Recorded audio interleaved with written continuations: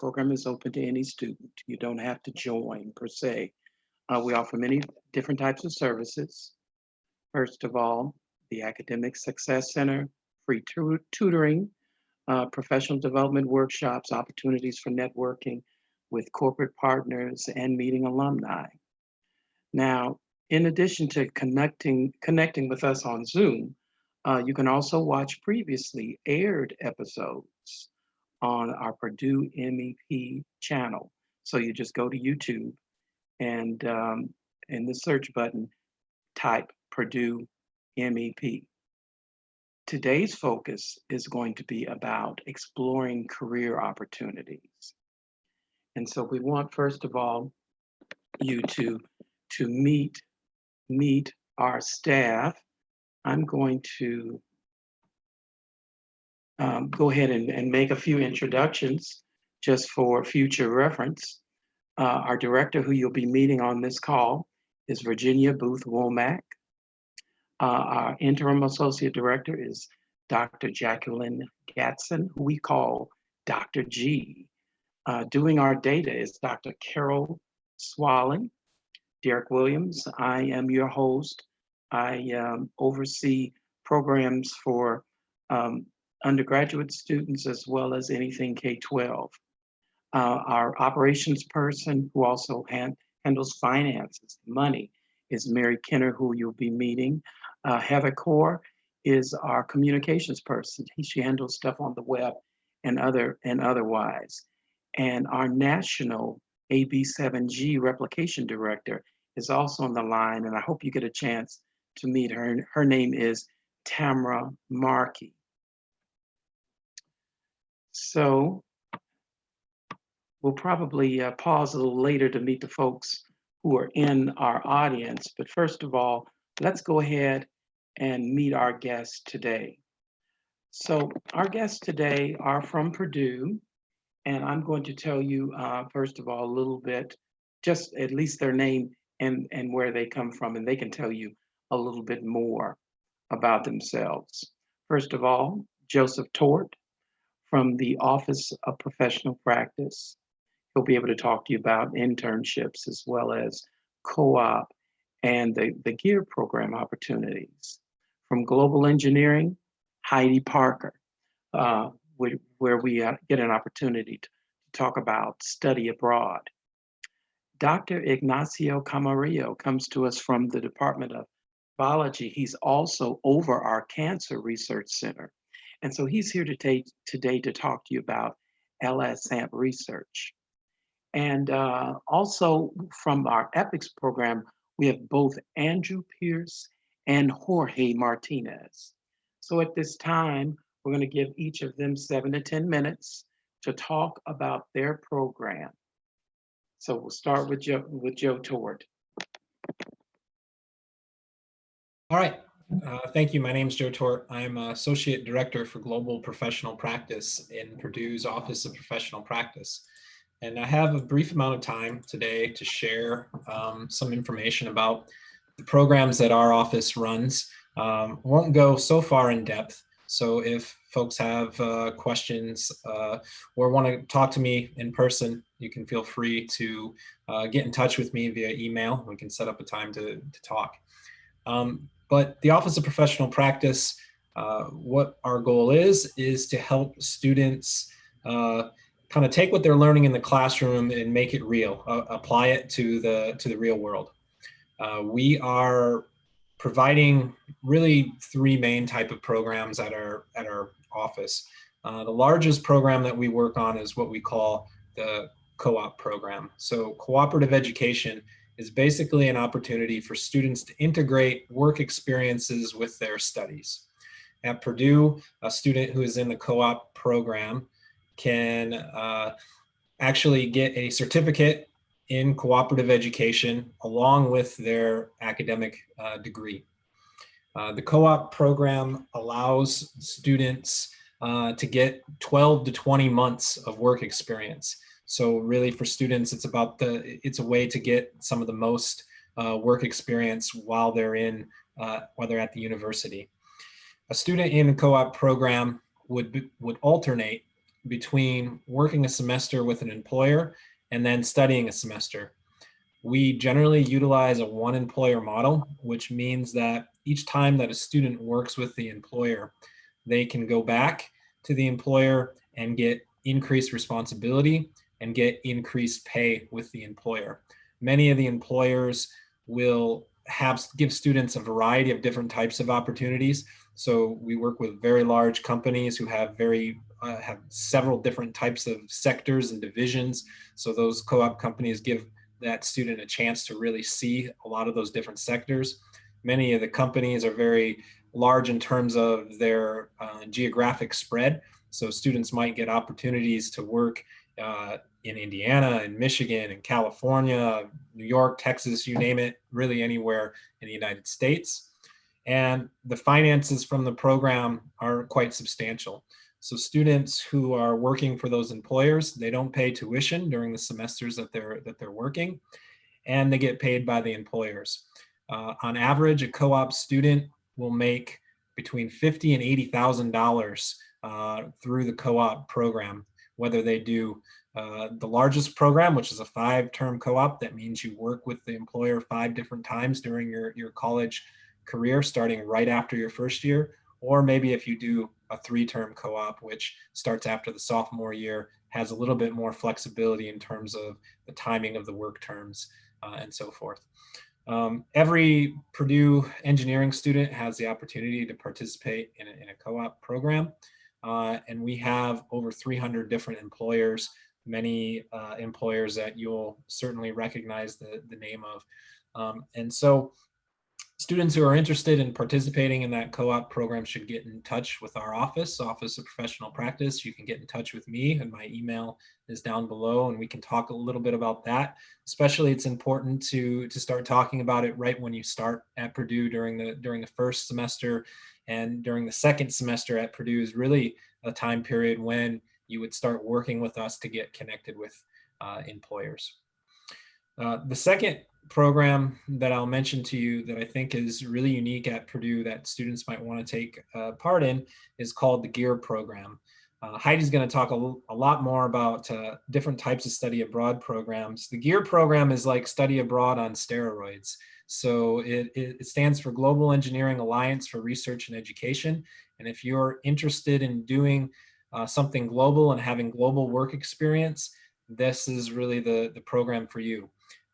In the GEAR program, a student would get a minor in global engineering studies. Within that plan of study, you'll study a foreign language, you'll study abroad for an entire semester, you'll do at least 2 work experiences, 1 domestically and then 1 internationally. And you will do at least 3 intercultural competence courses and a global design team project. We try to connect students with global companies for which you'll have the opportunity to work both in the US and abroad with that company. And what we found with the students who have graduated from the program is that they're having all sorts of unique experiences after graduation. We're having students who are winning large government grants to go and continue research studies abroad after graduation. We're having students take jobs in places like Spain and France and Japan. In fact, one of our students this year got his dream job working for Nintendo in Berlin because he happened to learn how to speak both Japanese and German. So unique opportunities. And we're also having students from the program get really great jobs starting out paying very large salaries. So companies are really valuing the unique experiences that students would have through the GEAR program. So I think that both of those programs are really unique ways for students to gain practical experience, put their education into practice. Our office is there to help students connect with these programs. You may have a whole lot of questions in regards to how those programs can work for you personally, and I'm happy to talk to any students about those programs more in depth. In the fall, once we start classes at Purdue, We'll have different opportunities for information sessions where we go more in depth into the programs. We'll make sure that you are notified about those sessions. And we're really here to help you connect and try to take your studies at Purdue to the next level and help you basically get really good jobs or experiences after you graduate. That's great. Thank you so much, Joe. Can you tell us a little bit about the interns for Yeah. Indiana program? Yeah, so we students at Purdue have also a lot of opportunities to internship. So what makes interns a little bit different than co-op? A co-op program for us is a longer term connection with an employer. In those connections, an employer will really invest in the students' training, giving them, as I mentioned, a lot of different types of experiences. And in co-op program, about 80% of the students who participate get offered a full-time job with those co-op employers. So really those employers are really invested in hiring, helping students train and then having the opportunity to hire them. Internships at Purdue are a little bit different. They're a little bit more free-flowing. Students have the opportunity to go out and work and try to find internship opportunities. Usually those are singular opportunities with one company. You can work with multiple different companies throughout. Many students will just do that during the summer. However, with internships, we don't necessarily guarantee, like in co-op, that the work is directly related to your academic field. We don't necessarily guarantee that the work that you do is increasing in level each time. So those are a little bit more on students' own. However, our office does have a few internship type programs that are a little bit unique. One that mentioned is Interns for Indiana program. In this program, we are connecting students who have an entrepreneurial mindset to work with startup companies. We're actually starting next year, we're kind of moving to a very unique model. We're going to have a competition for startup companies to identify projects for which students can work on during the summer that can take those companies to the next level. So it would be something that you can make a very big impact to a startup company. And our office actually has an endowment that will be funding that. So that allows smaller startup companies who don't have funding to hire students the opportunity to get really great talent and hopefully take those companies to the next level. And it'll be something that we will be gauging the impact on those companies and be producing stories about how our students really help. So it'll be a unique program for you to take part in. That probably the best time period is probably once you get into your junior year, I think. Great, great. Thank you so much. And now to talk to us about global engineering and study abroad opportunities, we have Dr. Heidi. I'm so used to saying Heidi. Yes. Dr. Heidi Parker, I'm sorry. No worries. Hello, can you hear me okay? Good, yes. So I actually collaborate quite a bit with the Office of Professional Practice in some aspects. I represent global engineering programs and partnerships. So for the College of Engineering, you can think of it as a lot of the things that have a global component, like study abroad, go through our office. And we have the staff there. If we have, for example, international development projects, they also go through, a lot of them also go through our offices. So many students are interested in study abroad opportunities. We've had for many years a lot of opportunities. And if we make sure that we tailor to different modes of studying abroad as well. So you have short-term opportunities, some that are in summer, some are to do research abroad, some are to do internships abroad, perhaps, if they're GEAR students, or some of the GEAR students also are serviced by our office in the aspect of study abroad specifically. You can go abroad for a semester. But the most important thing to keep in mind is that a lot of times students fear that studying abroad is gonna get you behind classes, or that is perhaps expensive. There's a lot of myths associated with it. So in the college and at Purdue in general, we've done our best to make it so that it's cost neutral for you. Like you will be paying the same, basically you pay the same tuition you will be paying at Purdue. So if you have a scholarship or if you have financial aid, that's what you pay during your semester abroad. And we also have a lot of support to advise you so that your housing and everything is similar to what you will be paying here on campus, depending on the situation. We also offer a lot of pre-departure courses for some of the locations as well in our office, similar to what Joe was just sharing for GEAR students, because we also embed global competency, and you can see there, I mean, one of the things that I do is assess what students are doing when they go abroad and also on campus, right? So right now, with everything that's happening, we're also looking into having this type of international engagement also on campus as well. So it's possible to develop global competency on campus. And so we are a little bit broader than study abroad. I just wanted to make sure that that's clear for everybody. So there's a lot of other options as well, but we are collaborating with several offices on campus, including MEP, and we're very, very happy to do that. In fact, we had a study abroad last year just for MEP students, which was great. We went to Brazil. And Bonnie has also gone with me to Colombia to some of in previous years. So it's always been a great opportunity for students. So if you have any questions about study abroad specifically, just know that we make it so that your course equivalencies, if you decide to go for longer periods, all the course equivalencies, we sort of help you with that depending on the location, the location or the partner that you choose to go to.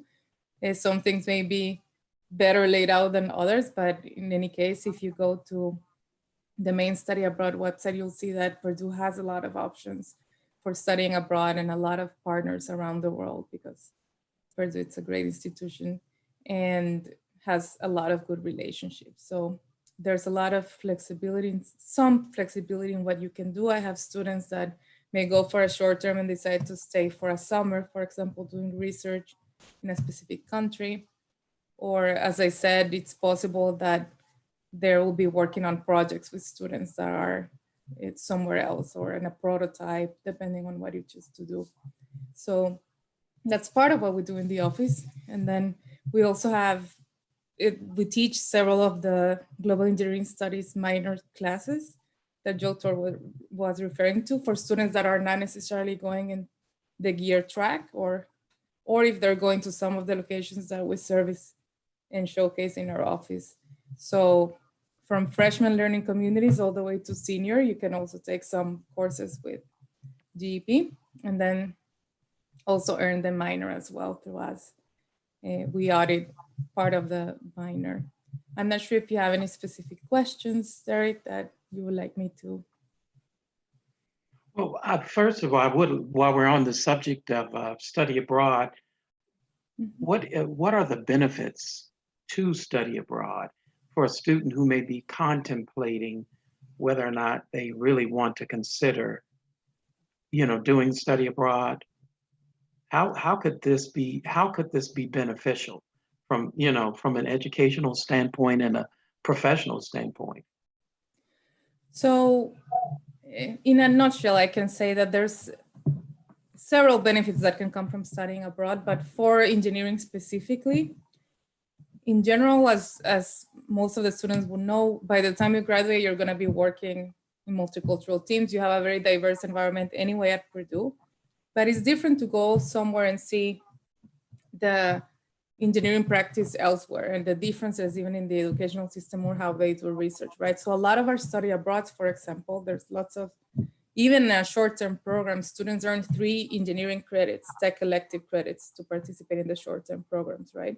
So some academic benefits, but they also get to see in the country how they're doing and there's different topics, right? So some students go to Ecuador and design prosthetics for people with someone in BME, right? A faculty member in BME. Some students may go to CERN to see the space, like all the research that they have in the particle accelerator there in Lucerne, or it could be something in Valencia in Spain, for example, an ME faculty member has a project that is very interesting, collaboration with some faculty members over there. And so a lot of the study abroads that are unique, I think one of the things that are unique for the college is that the student is, in addition to all the intercultural competence that they can potentially develop, and of course, traveling abroad, meeting people from different countries, is you're also learning about your major in a very different context. This is something that is we try, but it's very difficult to replicate on campus and in courses here. And we are actually collecting data in terms of intercultural competency gains that the students have when they go abroad.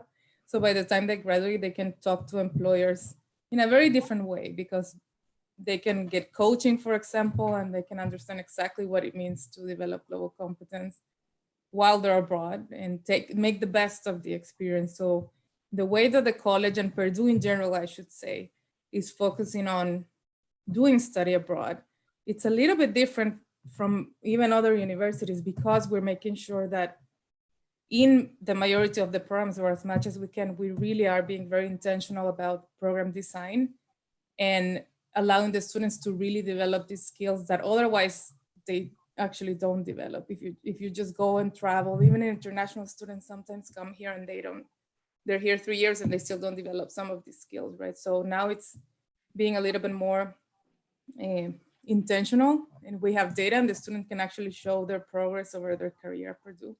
And when they go and talk to employers and have interviews, it's not just the fact that, I went abroad and, ecotourism type situation, whatever, but they would actually have something to show the skills that they've learned, and something, even if they pursue a minor or not, hopefully they will, but they would, if they have a coach and if they go through some of the programs that we have and we're offering now, along with the study abroad, they would have the technical expertise in a different context somewhere else, having that interaction with students also somewhere else, and faculty, and the global competency skill developments potentially, or at least starting to develop. It depends on what they do.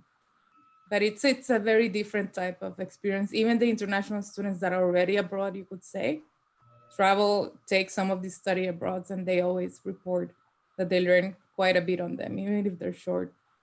So, yeah.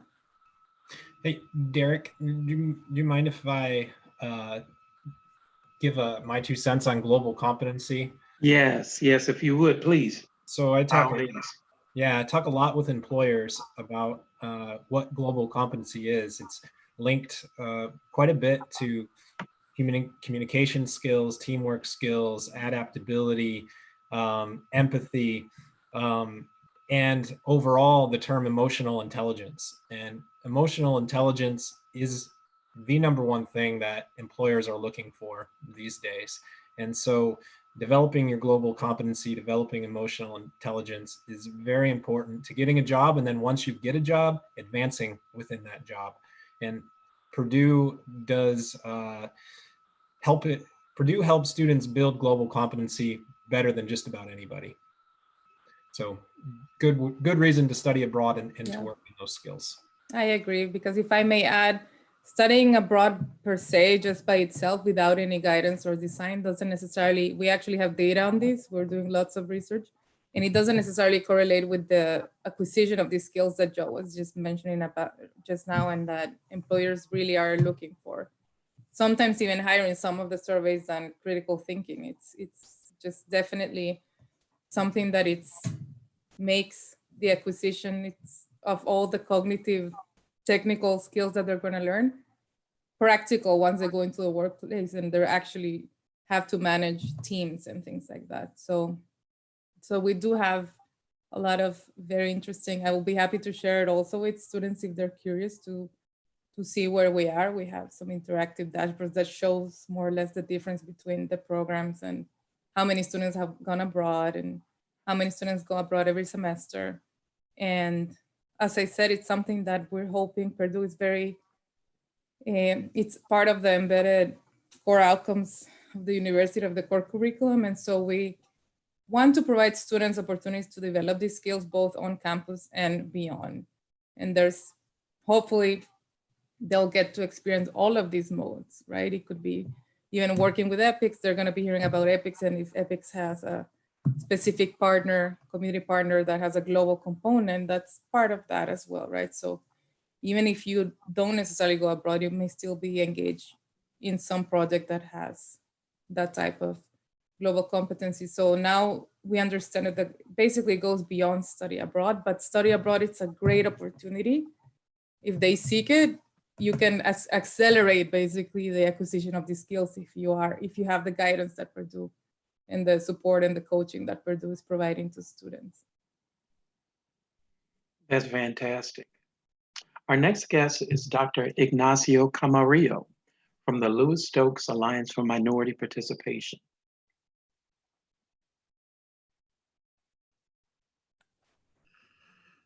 All right.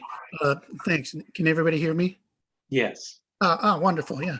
So, so I'm the director of the Purdue LSAMP program, and I'm a professor in biology, biological sciences. And the LSAMP program has been around for a while, almost 20 years. And what we center on really is getting students involved in research projects and really getting a focus on helping them take the first steps towards getting involved.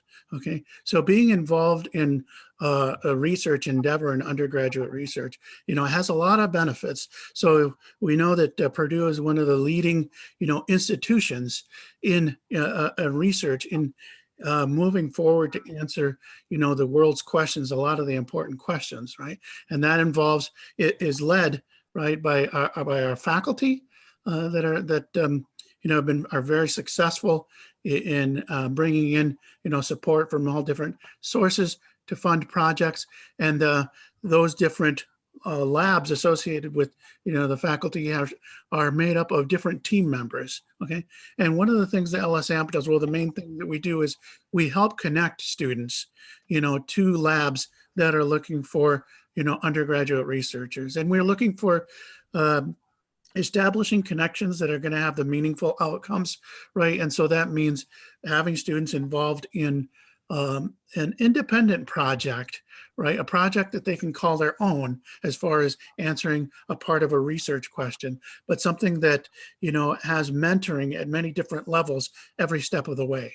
Okay, so students are going to, come in, and when they're involved in research, some of the main things that they really, get from research is, having a learning technical skills in a particular area, learning the theory, understanding about what the problems are, and having a good literature base around the particular problems, learning communication skills.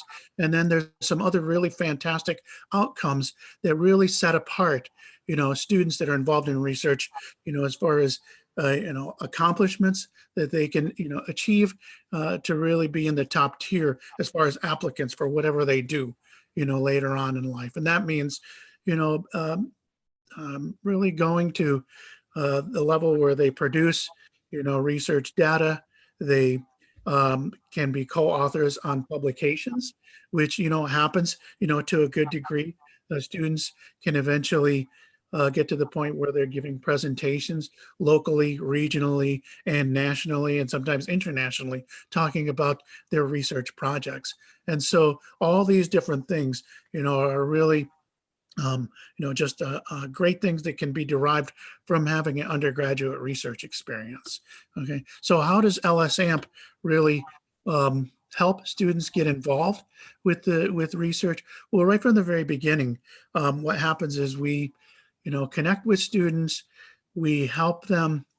The first thing we do is we have this course, this introduction to research. It's a research readiness course that really helps students understand the value of research, helps students understand, what the expectations are going to be for research so that they can have a successful research experience. They can start to define, what they want to get, out of research. And then they start to establish their expertise in a particular area. So as you move forward in your undergraduate career, right, you have these different experiences, you have this baseline level of classes, and then you want to have, an additional sort of area, a discipline that you've expanded from your base knowledge, your set of experiences and your, things that are really going to help you, sort of fine tune your interest, for the long term, but also show that you have, a specialty. Okay. And that's what, being involved in undergraduate research is a good piece, along with everything else to help you establish your niche and your uniqueness in that way. Yeah. And so from being involved in the very beginning at the research readiness class, you start to receive mentoring, immediately. So we have this really strong connection with the AGEP program that's on campus. So that's our sister program that helps support minority graduate students. Okay?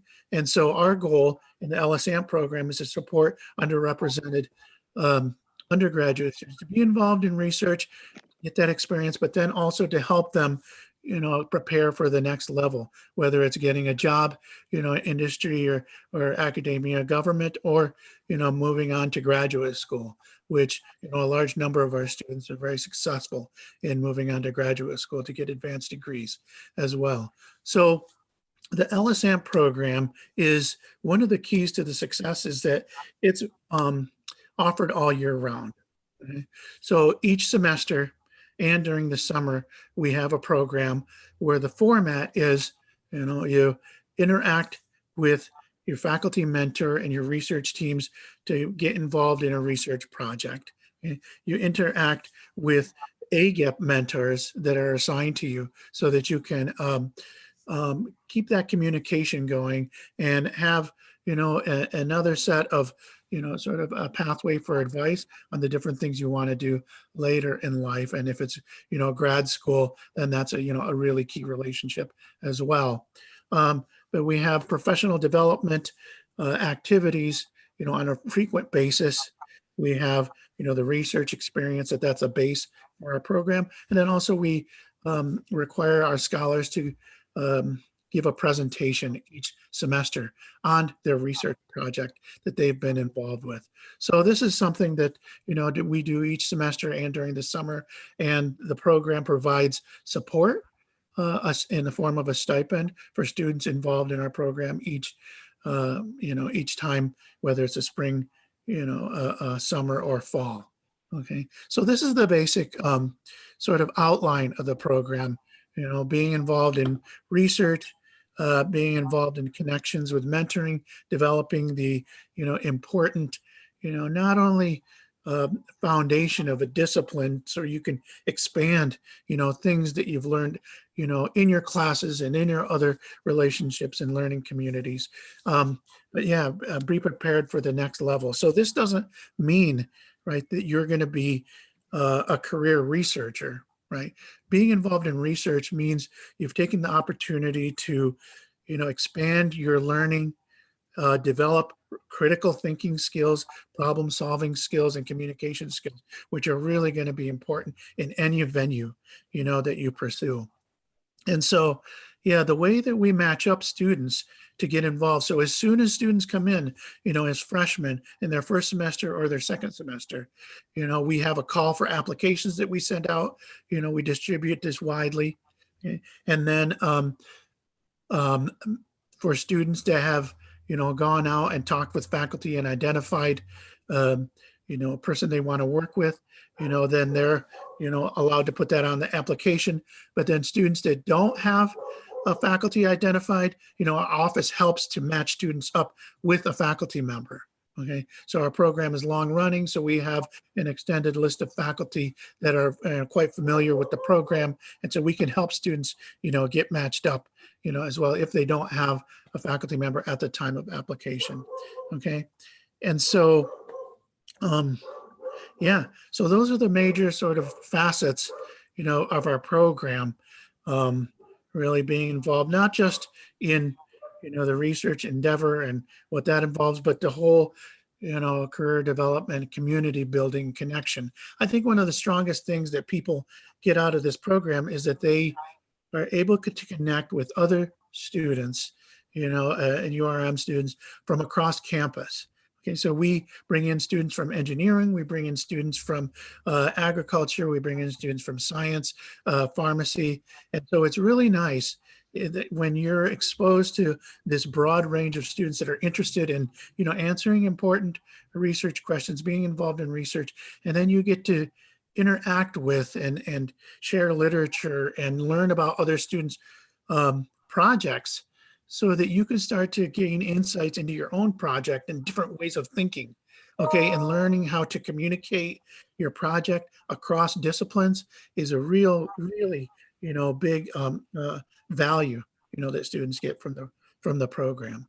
So I'll stop right there, and I'll say that if you have any questions, about the program and you want more, information, of course, please, don't hesitate to contact me. And yeah. That is fantastic.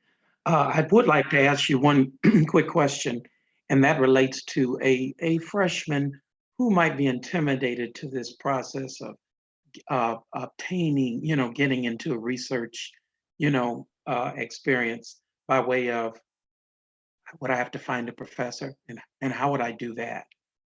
Yeah. Oh, yeah. And so I think the main thing that students coming in have to really know is that, just because you don't have any research experience, and I know some students do have some research experience in high school, but the majority of students don't, that's fine. That's okay. Actually, faculty members are really looking for students that are coming in the door that have motivation, okay, that have a good academic record, right, and are very, self-motivated.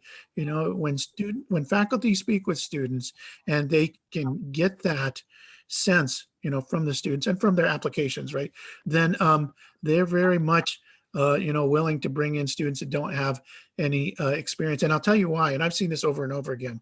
Students that come in early to do research, okay, faculty love that, because when they come into the lab and work on projects, and they can spend time, up to, right, the next 3, 4, or 3 years, or what, working with the student. And by the time the student is a senior, and they've been doing research for a couple of years, they're functioning like a graduate student, and they're very productive.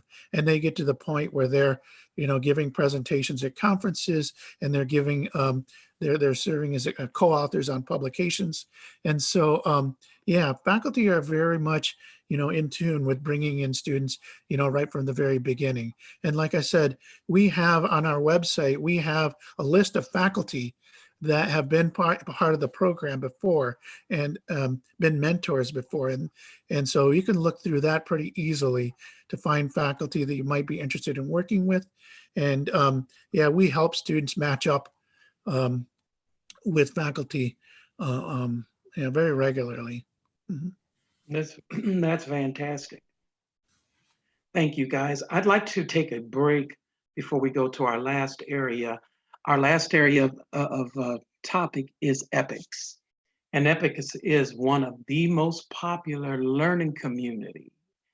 So popular that there are hundreds of students who apply and don't get in. We have good news for you, in that if you are part of our engineering academic boot camp, you automatically get get an opportunity to not only take the EPICS class as part of your regular schedule. Also, you'll also have the opportunity to do the EPICS projects, which are a part of the course. So that is a wonderful benefit. And so as we begin to talk about EPICS, you need to understand you do have an opportunity. Even if you selected EPICS and you couldn't get in, you can get in easily just by being a part of the academic boot camp learning community.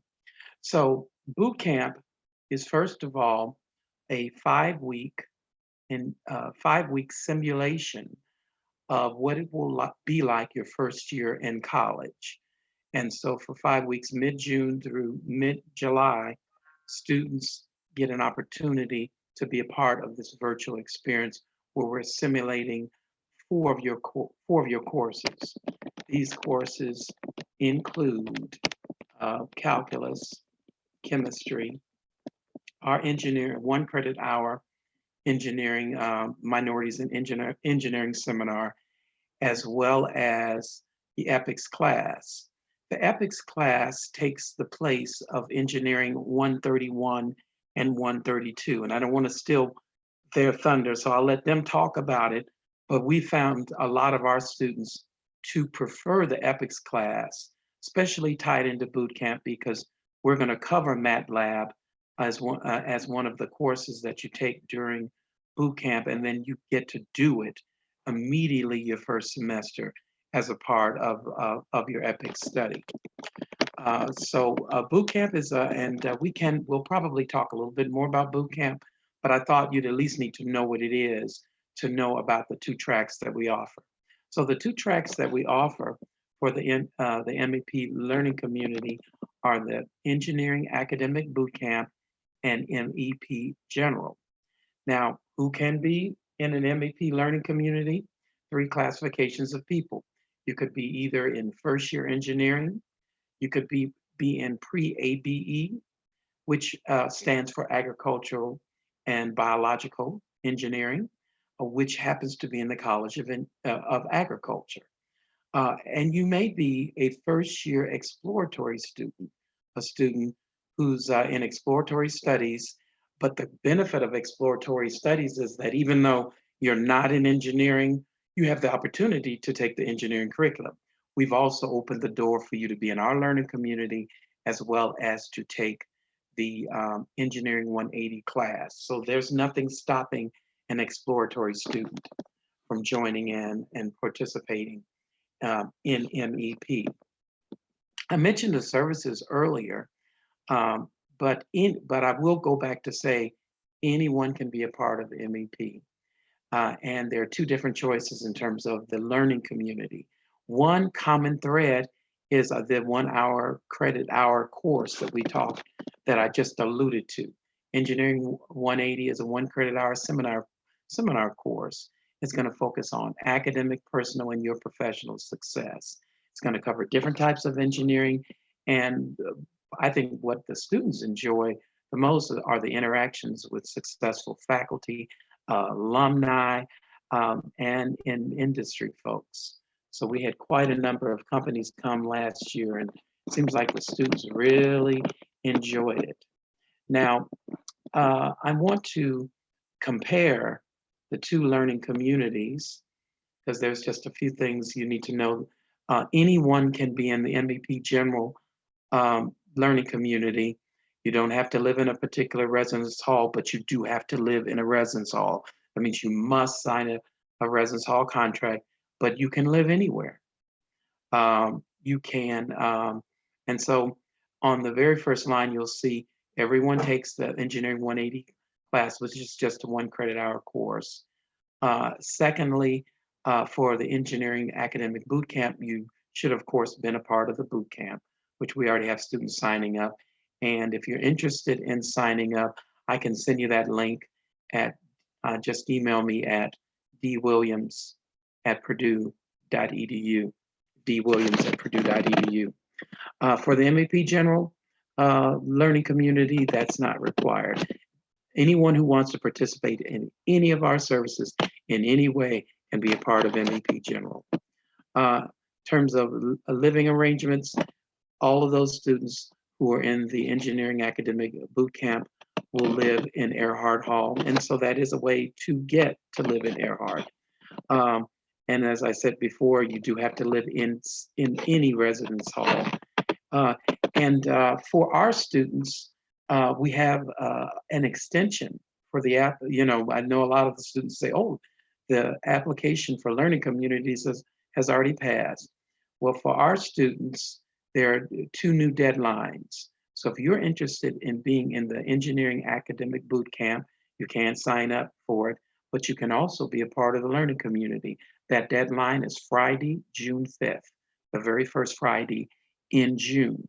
For those who are interested, who just want to hang out and be with other MEP students or participate in many of our employer sessions or career building sessions, or come and get free tutoring and just, hang out, you have until Friday, July 3rd.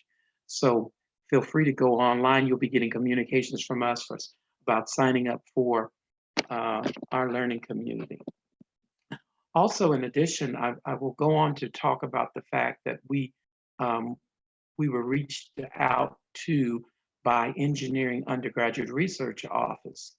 And they want you to know that they are also creating, in addition to LSAMP, other research opportunities. So they too offer a course on Engineering 103. So you have two choices. And it's taught by the director, John Howarder. And if you have any questions about that, you can email him. Now, with no further ado, we want to focus on EPICS, one of the most popular learning communities. And I think when you listen to these guys, Andrew and Jorge, you'll understand why. Andrew. Hey, hi everybody. I'm Andrew Pierce, like you said, with EPICS program. So if you're not familiar, EPICS is a service learning design course at Purdue, a very large course.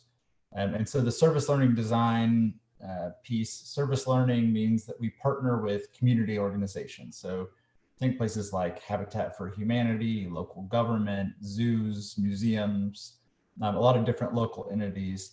And we try and understand what their needs are from a design perspective, engineering perspective, and work with them, have a group of students work with that partner to design and build real solutions that will go out into the community.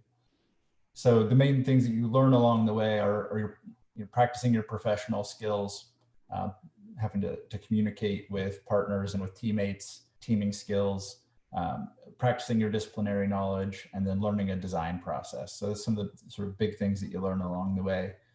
And it is a course that's for credit. You can take it for 1 or 2 credit hours. And so that's sort of what an EPICS course looks like. At Purdue, we're vertically integrated, which means you have first-year students through seniors working together on teams in the community. And through that process, you get a lot of mentorship between students. And then you have a small, your team is maybe 15 to 20 students that work with an instructor and a grad TA. And so there's a lot of opportunity to get coaching and mentorship with them as well. All of our projects are real world problems that people actually have and then go out in the community. So you get to go and work and engage and interact with the community and see your work mean something. And we're multidisciplinary. So we have students from all over the campus that come together to work on these projects. So it won't be just engineering students working on those problems, and it won't be just engineering students from one discipline. So typically, if you're in mechanical engineering and you're doing team projects, you'll be on groups with 3 other mechanical engineering students. In EPICS, it's a little bit different. You might have a senior in education, a junior that's in anthropology, and a sophomore that's in mechanical engineering, and you're working together on a project. So that's a really neat experience to have and really valuable one, because as we look at real world teams in industry, they're multidisciplinary. They're coming from different amounts of seniority or experience. And so getting that experience working with real people in a real team provides a rich experience that you can't really get on campus many other ways. So really encourage, look at undergraduate research, look at internships and co-ops and those sorts of things. But one great way to get some experience while you're on campus is through EPICS. So Derek talked a little bit about the learning community. So EPICS is a course that's available to any student at Purdue, not just learning community students, but we do have the learning community component. And that would be, you would take 2 credits of EPICS, as I described, being the team-based project. You also have what's called Engineering 133, and that's an introduction to engineering course that replaces Engineering 131 and 132. So instead of taking those 2, Engineering 131 and 132, you take 2 credits of Engineering 133 and 2 credits of an EPICS team project. So that's how a lot of the students will come in. And I think, as you talked about, if you're coming through the boot camp, then you've got a spot in that learning community group in Engineering 133. Just wanted to talk a little bit about some of the example projects, just to give you some idea of what we're talking about. They generally fall into 4 buckets. So we have projects that are in access and abilities. That's mostly working with people with disabilities, a lot of kids with disabilities. And so some example projects there that we've done recently are, we've done a prosthetic arm for a bodybuilder who was an Army veteran. We've done a prosthetic forearm and hand for a young kid in Indianapolis who wanted to be able to ride a bike and he couldn't operate the bike handle. We've worked a lot with Indiana School for the Blind, working on projects to translate Braille for students who are blind there. The next bucket of projects we have would be education projects. So these tend to be informal education settings like zoos and museums. We do a lot of museum exhibits. Here in Lafayette, we have a science museum called Imagination Station, and most of their exhibits are a large number of them have been built by EPIC students, but we also work at Indianapolis Children's Museum, our local zoos, several things on campus like Purdue Space Day. So there's a lot of those projects. We have a category of projects called human services. So that would be things like we're designing and building a playground that's going to go into a neighborhood in Lafayette. Another example, maybe a human service project would be we're working with Purdue Pharmacy on a drug delivery project to deliver medications from the Purdue Pharmacy to people around the community. And then the last bucket is environmental projects, and those span a lot of different things. We've done projects on erosion control around local rivers. We've done constructed wetlands. Right now we're working in a large wetland that the School of Agriculture is running right off Purdue's campus, and doing a lot of things out there with things like trail builds and signage and educational signage for those. So that gives you some kind of examples of some of the projects we work on. Our projects are mostly in the greater Lafayette area, around Purdue's campus, but we do have projects around the state and around the world. We have projects, I think, in 8 countries right now. So that's kind of a nutshell of what EPICS is. So students who are in EPICS will have a 2-hour lab every week where they meet together as a team, and then you'll work outside the lab with your small groups on projects. So a lot of it comes into deciding, what projects are interesting to you. And we have about 120 projects going on here at Purdue at any given time. So it's easy to find something that matches your interests. Wow. Just wanted to give Jorge a chance to fill in anything that I forgot. Yes, my name is Jorge Martinez. Apologize for not having a camera. Mine is not working right now. If I turn it on, it's going to be just a blur to everybody. So I'm going to keep it off.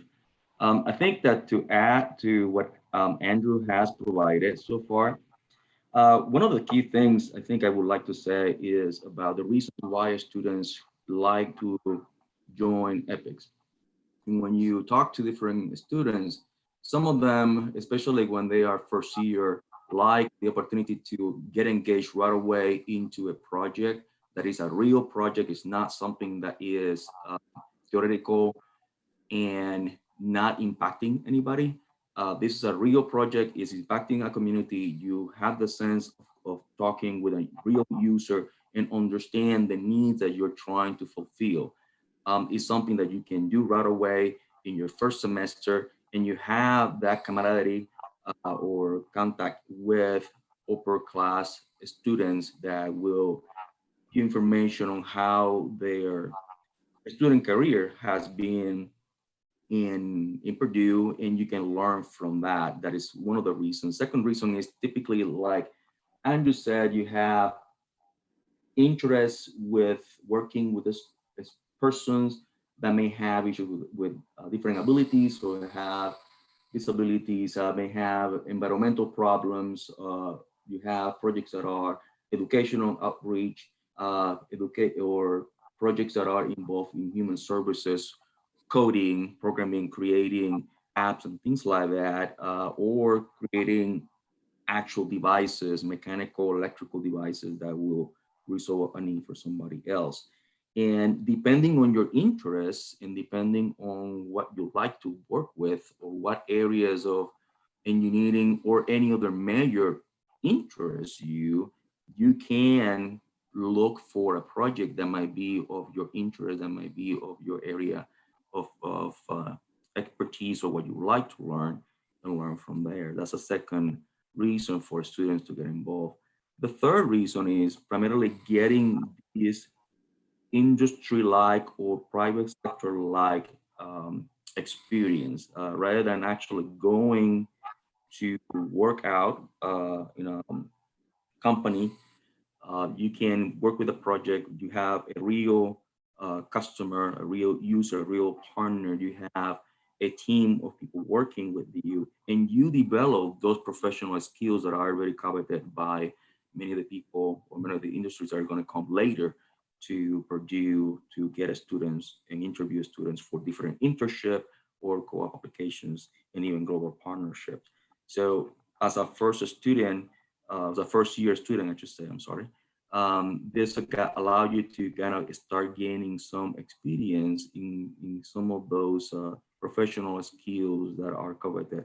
Um, Even, for example, the cross-cultural element that we talked earlier, um, considering that there are many projects that are outside of the greater Lafayette area, um, countries in South America, countries in Asia, countries in Africa, that actually allows to get even some experience in that cross-cultural element. And not only that, but considering the population at Purdue, where you have people coming from all different continents, you also have that through that teamwork and working daily, weekly with the different students with different backgrounds allows you to develop those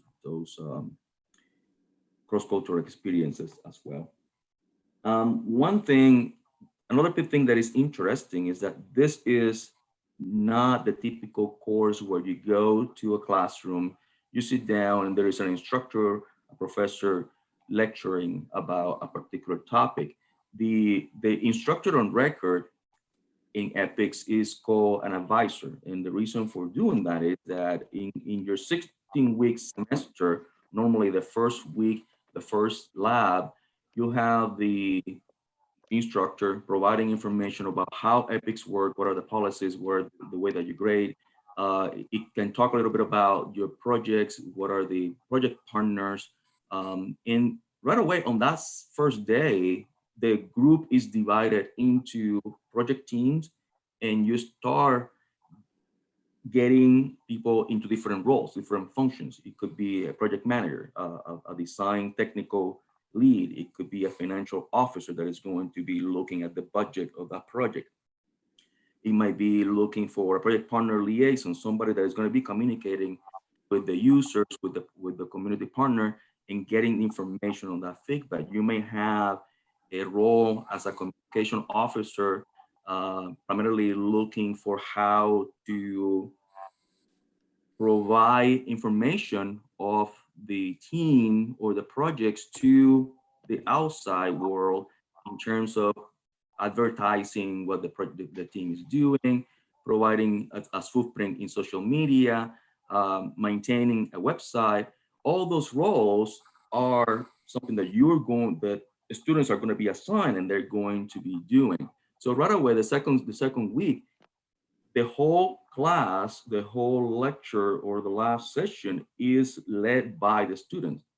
The instructor becomes now a coach, a mentor, an advisor, providing information to students how to continue progressing in the project. But the progress, it depended solely on how the team collaborates together and work together toward satisfying needs that are identified by project partner and that they can agree upon with that project partner.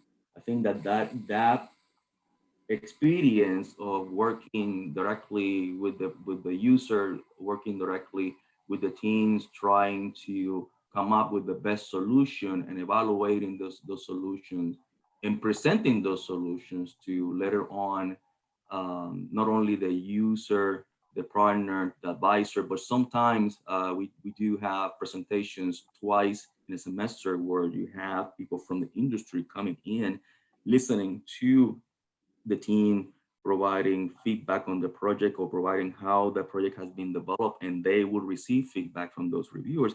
That allows the growth professionally of those students that are involved in ethics. That is wonderful. I've sat in some of those sessions where the students were doing presentations, and I saw all these employers and corporate partners there offering their feedback. I thought, this is invaluable. Wow. Thank you so much. So we'd like to open things up for questions at this point. So if you have a question, go ahead and put it in the chat.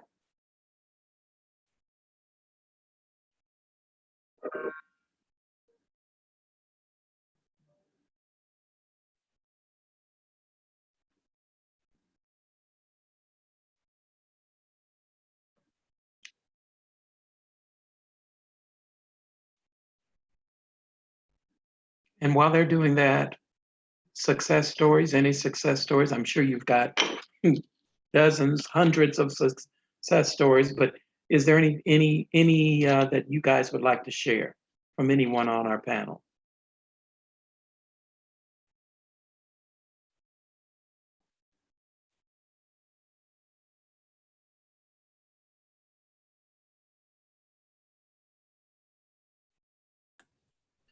Okay, I guess I'll go ahead if you don't mind. Yeah.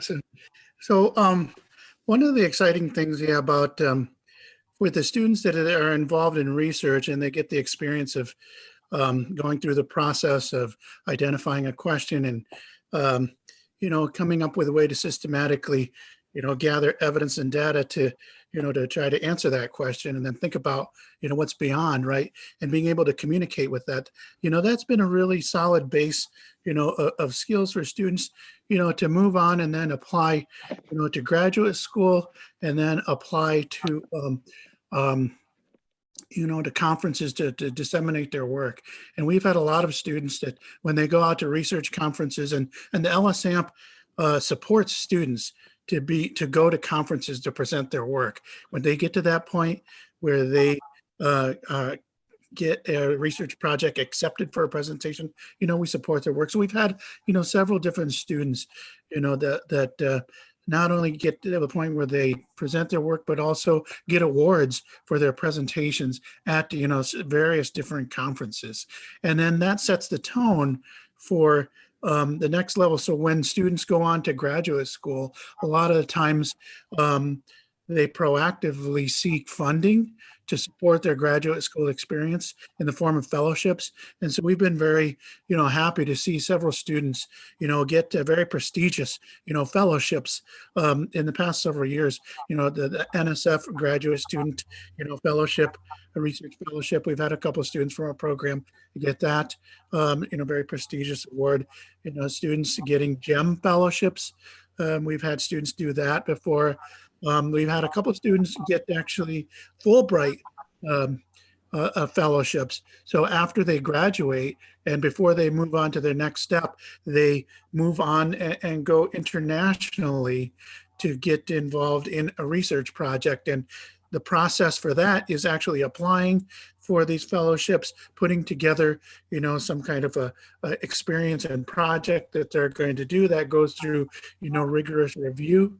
And that's a very prestigious, type of award, that students have gotten, that students can get and students have gotten, in the past. So yeah, I think, that build up, for setting those goals and meeting those goals and then the different things that are possible, it's really fantastic to see, when we're able to provide the support, for students so that they can have access to these things and then provide them the community. It's really fun to see.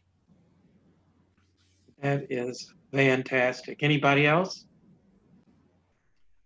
I see here, I'd like for us to pause to meet some of our students today. I see a student by the name of Joey Health. If you would take yourself off mute, we'd like to meet you if at all possible. Hello. Hello, how are you doing? Where are you from? I'm from Seattle, Washington. Ooh, wow.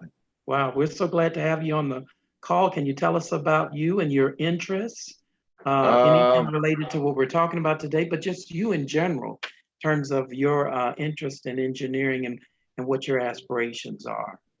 So I'm undecided of what engineering I'm going into, but I am going into engineering, and I did apply for MEP decided against the boot camp just because it was virtual. I thought it would be a good experience, but I just wanted more of the personal. Other than that, I am thinking of probably studying abroad and probably co-ops and maybe internships, but we'll see how it all flows once I'm there and go. Yes, yes, yes. Thank you, thank you. Also, we have another student, Kunle. Am I pronouncing your name correctly? Yeah, What's your first name? Or is that your first name? that's my first name. Okay, okay. Tell us, give us a little bit of, tell us a little bit about yourself. I'm from Oshkosh, Wisconsin. I applied to the academic boot camp. Then I also applied to be into the aerospace engineering program at Purdue. And then we'll just have to see how internships and co-ops work later on in the future.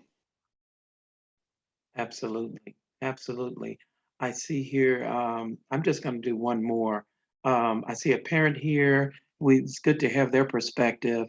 Akinle, is that correct? Akinle, Yes, Akinleye. hi. Hi, how are you? Good, I'm good, good. I'm Kunle's mom, and Okay, I'm just happy to be here to listen to all the opportunities that are laid down in front of them, just to um, something for them to grab if it's something that he would be interested in. But I right. know he really wants to do aerospace, but maybe by the time I get there, maybe things will change. I'm not sure, but just looking forward to all the opportunities ahead. That's fantastic. Okay. Well, if there are any other questions, go ahead and put them into the chat. Into the chat. I'd like to introduce to you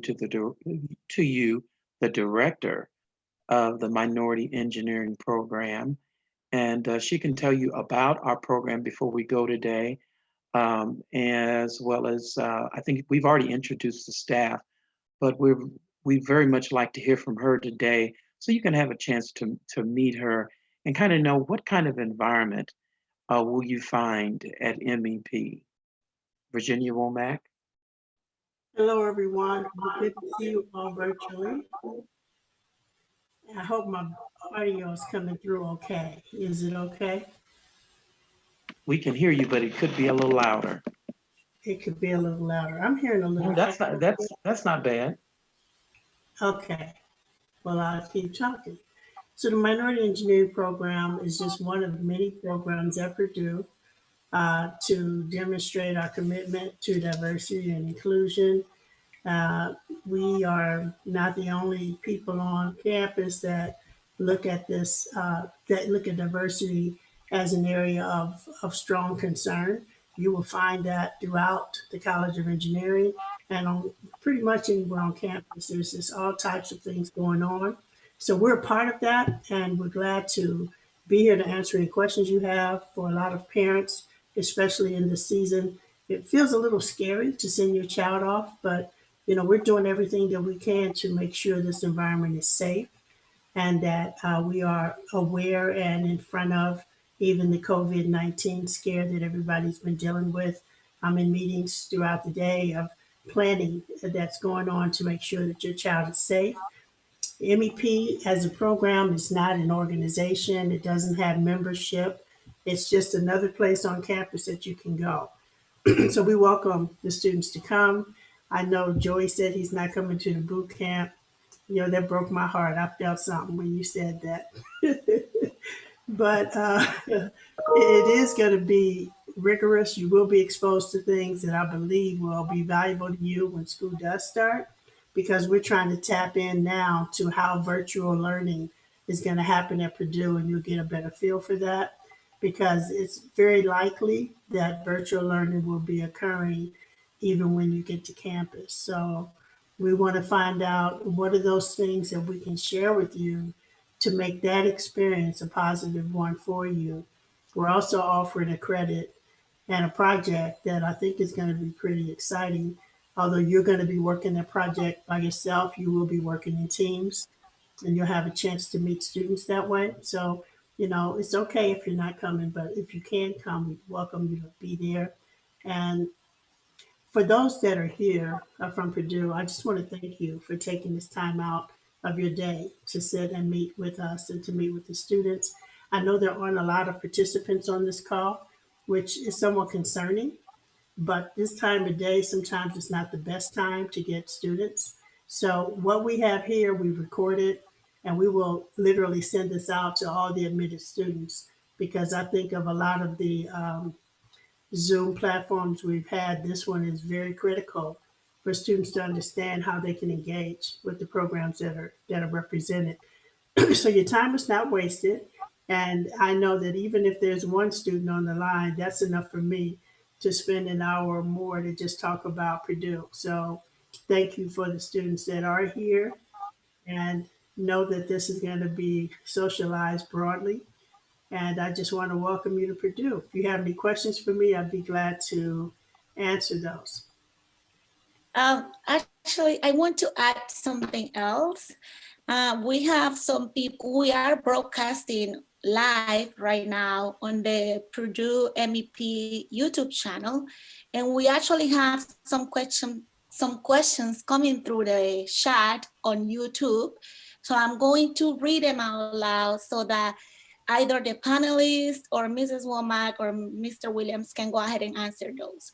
So this question is coming from Shibale. I'm sorry if I mispronounce your name. And the person is saying, hello, my name is Shibale anyways. I am from St. Louis and I have a question about MEP. I participate in many summer programs and tentatively a first robotic event, possibly during the same time. As the boot camp, about how much time will I need to allot for the MEP boot camp? That's the first question. Then she says, or he says, I also like to know how participation in a learning community affects my ability to have time for serving in the community. Would the commitment of scheduling prevent me from mentoring and volunteering with local school robotics teams? And the last question, sorry, it's 3 questions. Is that a difficult balance to strike time-wise? Okay, so first question was about how much time do we need to allocate for MEP bootcamp? Second question, if you are helping with your... Let's start with the first because I'm not going to remember. After you, okay. The first one is mine. I'm going to take okay. that. Then I'm through.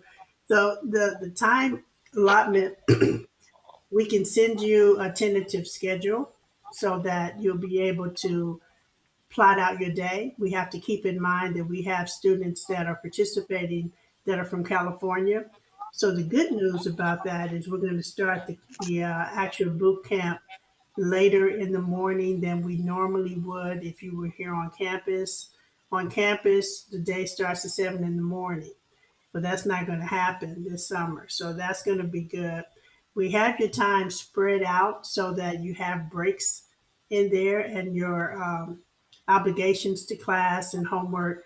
We have time slotted for that. We have some time slotted for study sessions where you can meet with your TA and work through some of the problems that you've been given, ask questions. So I can't give you a lockdown schedule right now, but I think the flexibility may work well for you. And if we have any particular glitches, we can discuss that and whether it's a good fit for you. So I want to just give that answer and I'll turn the other 2 over to the team here. Awesome. Okay. So the second question was, how participation in a learning community affects my ability to have time for serving in the community. Would the commitment of scheduling prevent me from mentoring and volunteering with local robotics teams? The answer, go ahead and finish. I'm sorry, Bonnie. Okay. The answer is not at all. The commitment with the MEP learning community is not a big one. It's something, of course, part of the commitment is you being in the engineering 180 class. Well, there will be other activities, co-curricular activities, team building, things that we do on the side, professional development. We might take a trip. We could do many different things, but it is not a daily or even a weekly activities necessarily outside of the class that you'll be doing. So there'll be periodic events that you'll be involved with, but it's not a big commitment of time. So the reason I said not at all is because the time commitment is not so great, you would have time to do other things. You just want to be careful your freshman year of biting off more than you can chew. That's the only thing. You just want to take it slow in terms of your commitment and make sure that you have time to do all things and not be a jack of all trade, master of none, but rather be able to do quality work in all that you focus your attention on. So that would be my suggestion to you, but I'm not telling you not to do it because I think you should, but just make sure that you're balanced and at the end of the semester, you have wonderful grades that will give you internship and co-op opportunities. Is there another All right, question? awesome. Yes. Sorry if I have feedback. My internet, it's not really acting well. I think that was it for Shibali. Thank you for your questions. We have one more person that is connected on the YouTube live, and they also have a question. The name is Clarence Hurt. And the question is for the EPICS people. Well, I guess it's a combination between EPICS, so Andrew and Jorge, and also MEP. The question is as follows. I registered for EPICS and was wondering, where will I know if I got in? Also, can I still participate in MEP and the bootcamp, even if I become a member of EPICS? The first answer is the bootcamp learning community is already connected to EPICS. So you will be connected by virtue of our relationship with the EPICS program, but I'm going to let the EPICS team give you more detail. Yeah, so the answer to how to know if you've gotten in the learning community or not, I'm not sure if those decisions have gone out yet. So that's all handled by the learning communities group. So individual learning communities don't select who gets in. The learning communities office does, and so I don't have that information right now. I'm not sure. So that may not have been released yet, but you would hear from them on that part.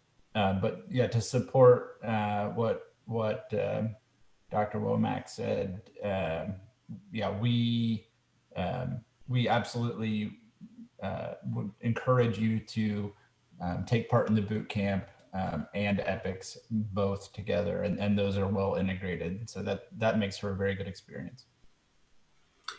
And I believe if I can just tag off of Andrew, I believe they're waiting on our final list of students that have signed up for boot camp because that's going to be important. We need to get students to sign up first and give them the list. They make the final decision, but your decisions as students is going to affect us as well. Great.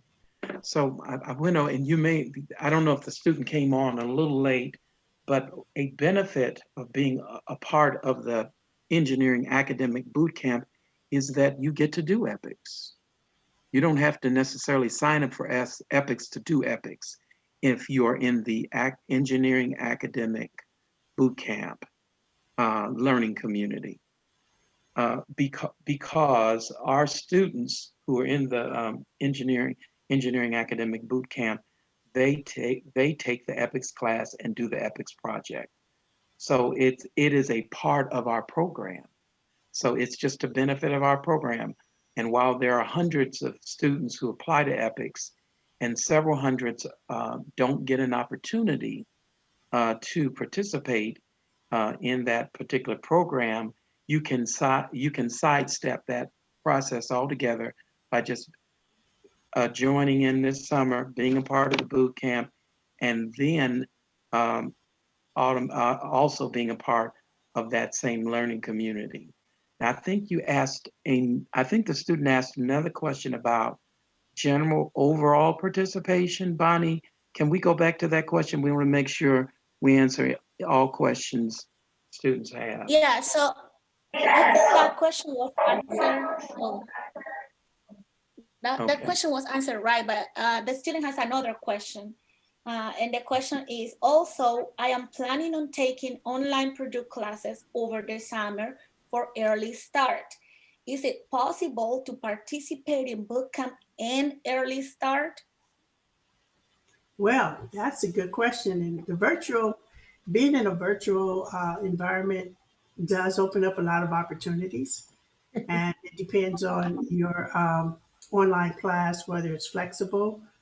Some online classes are independent study, and some you have to be on the class site virtually when class starts. So it's going to depend on your schedule. And if you can share that with us, it would be easier for us to tell you how easy it would be to coordinate your schedule with summer start and the boot camp. Now, the boot camp is pretty rigorous, so and it's that way intentionally. It sort of stresses students out. And I'm not trying to make anybody change their mind, but it's intended to create some of the pressure that you feel academically. So I don't want you to do anything that will frustrate your summer start efforts, because that particular initiative you will be graded, whereas the boot camp you will be exposed.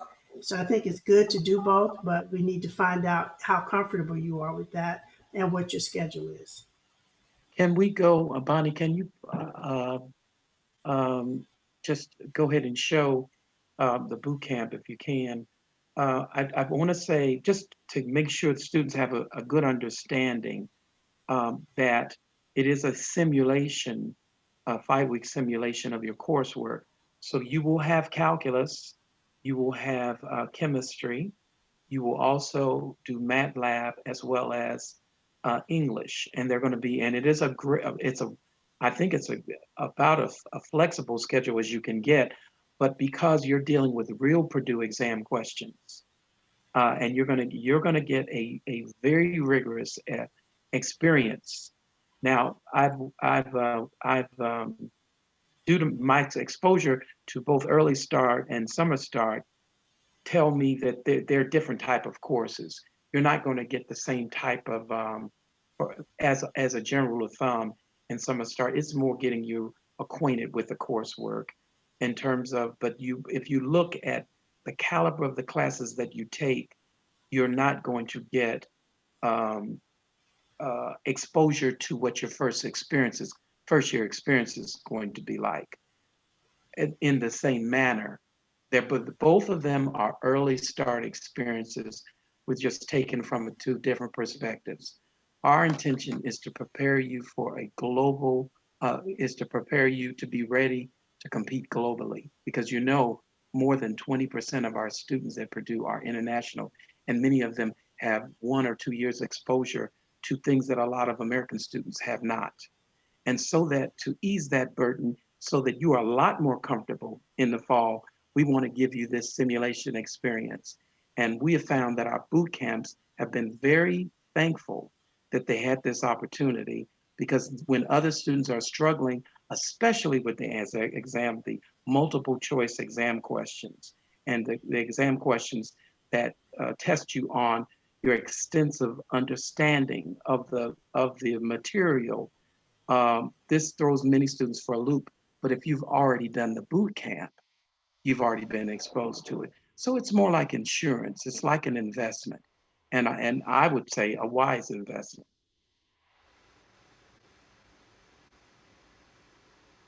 I'd like to hear from some of our guests. Are there things that we're missing here that you'd like to add?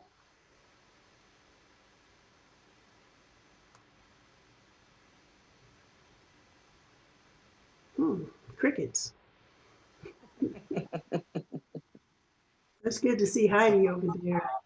We had an international program that was amazing, and we Yeah. are looking to pick that back up when everything settles back to a new normal or a newer normal. And I know you probably talked Yes. about our desire to go to Colombia, so I'm really looking forward to Mhm. that. Good to see you. Yes, me as well. And also, I don't know if I forgot to mention, but study abroad we have at all levels as well. So students can do it even as pre-freshmen sometimes, all the way to higher level Mm. students, and even some grad students in some cases end up doing mainly And research. Mhm. would they go different places or the same place each time? Different, it varies. Yeah, we have lots of different options. So a few students love the locations and decide to go back. If they go on a short term and then go back, most of them will go on a short term to one location and then go again because they liked it so much and they benefited from it. And then they would go again and choose a different location. Year students usually go by language because they're studying a foreign language. So if they know German or French or Spanish, then they would choose locations where they can practice those languages as well. So Okay, yeah. thanks. All right. Virginia and Derek, if you don't mind, Derek, you asked about success stories. Sorry, it took me a minute because I wanted to make sure I had all of the facts on this, but I thought this would be a nice, relevant success story to share. I wanted to share the story of Alan Kennedy. So Alan Kennedy is a person that we're going to be inducting into our Co-op Hall of Fame next spring. The Co-op Hall of Fame is reserved for co-op alums who have made great contributions during their careers. Alan Kennedy is the first African American to participate in Purdue Co-op's program. He did this in 1963, working with a company called Stellite in Kokomo, Indiana. He utilized the experiences that he got at that company, working 5 times during his undergraduate career, to get a full-time position with GE Appliances. Via that full-time position, he was introduced into patent law and went on to get a law degree. He ended his career working at the Goddard Space Center for NASA in Washington, D.C. as one of their top patent law attorneys. And actually, in the 90s, he represented NASA and their image in popular movies like Armageddon, Apollo 13. And so a pretty cool transition from a student who started out in the co-op program who really went on to have a very successful career. So I thought that would be a nice story to share. Thank you so much. Before we go, we do want to remind you, if you have not already noticed, that there is within this last segment one more episode we have coming up. Now we may have other episodes in the future, but for admitted students who are still considering Purdue, or for those who've made a decision to accept their offer and they just want to know more, next week we have Meet Our Faculty. So we've already got quite a number of faculty lined up. Meet members of the esteemed faculty of Purdue University, learn about engineering disciplines, what they're expecting from you, and some strategies for success. I think that's going to be a very enlightening experience for anyone who participates, because students always want to know more about faculty, and this is your chance to talk to them one-on-one. Well, Mrs. Womack, I don't know if you have any other comments you'd like to add before we head out of here. We're due to close at 5, and so we want to stay true to that. Any closing comments? Is I have time. We can hear you. You can hear me now. I just Yes. want to thank everyone for. I had found a picture of Alan Kennedy I wanted to show, but I'll let that go. I want to thank everybody for participating today. It is 5 o'clock, And even though I was a little bit, concerned about the numbers, this has been a very rich exchange of information. I appreciate your participation. We may be calling on you in the future, especially when the semester starts, to meet the students. I will tell the students that are still on the line, and for those that are in YouTube land, we will be practicing um, all of the safety requirements for COVID-19, which will mean keeping the distances. There will still be virtual classes in the fall. There'll be some laboratories that are probably, I think the labs are trying to be open. And the distancing in those classrooms that you will be attending will probably be a little bit greater than what's required nationally. So just be ready for that. Bring your masks, your gloves. No, I'm just kidding. But yeah, you do need to be ready because we want everyone to be safe. So that's all I have, and have a good evening. Thanks, everybody. Bye. Have a good Feel evening. free to email if you have any questions or give us a ring. Talk to you soon. Hope to meet you Thank soon. you all. Take care. Good Thank seeing you. everyone. Bye. This panel, you guys were fantastic. Yes.